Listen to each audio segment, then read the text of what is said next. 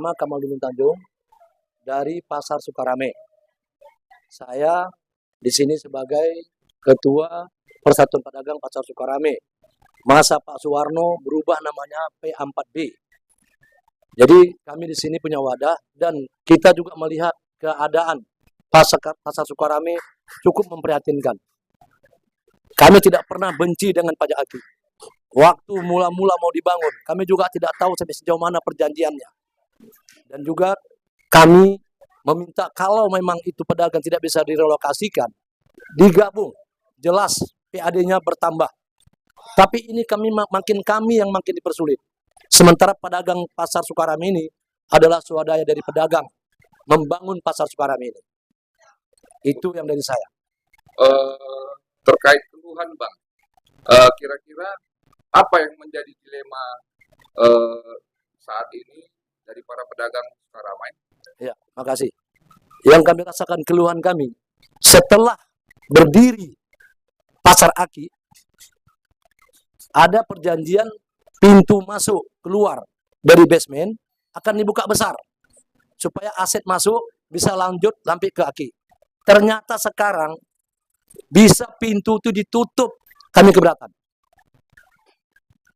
Jadi itu sebelumnya ceritanya bagaimana Bang sebenarnya terkait? Kita tidak tahu perjanjiannya, cuman mungkin ada dari kawan kita pedagang aki yang dulunya di pedagang aki, sekarang di Pasar Sukarame. Kalau masalah ilegal dan ilegalnya pemerintah lain tahu. Oke, bisa dijelaskan Pak? Boleh, ini dia saya serahkan sama kawan. Saya bernama Mulyadi, pedagang Sukarame, Kecamatan Medan Raya, Kelurahan Sukarame 2. Posisi pas Sukarame basement, dan saya merasa terusik daripada adanya pintu gerbang ataupun pagar yang dibikin dengan pihak tertentu daripada pihak Pasar Jalan Aki. Kami merasa terganggu sebab itu semua lintas umum untuk pedagang maupun konsumen. Kami selaku pedagang basement merasa keberatan. Jadi apa harapan ke depan Bang untuk supaya bagi para pedagang supaya bagus? Untuk harapan pedagang basement, menyatulah jiwanya untuk bersatu demi keutuhan bangsa, saudara, dan ekonomi saudaranya sendiri. Jangan ada memihak di antara lain. Saya Hesti Siahaan, pedagang Pasar Aki basement. Beberapa hari ini pintu pagar basement ditutup oleh pedagang Aki. Dan kami sangat mengeluh. Dan kami sampai jualan kami tidak laku gara-gara pintu pajak basement tertutup oleh pajak Aki. Jadi kami di sini sangat keberatan dan minta keadilan bahwa pintu basement harus dibuka segera kembali. Dan beberapa hari ini kami sangat kehabisan modal akibat jualan kami tidak laku. Saya Yusuf, pedagang Pasar Sukarame, Medan basement. Saya harap Bapak PD Pasar yang terkait, sekalian Bapak Pemerintah, Wali Kota Riko Waas, harap mau memperhatikan keadaan kami para pedagang Pasar Sukarame maupun pedagang Aki, dengan harapan kami membuka pintu akses jalan untuk keperluan orang masuk, keluar masuk, pembeli maupun pedagang. Itu saja harapan saya. Di pajak Pasar Aki basement, kami sangat keberatan.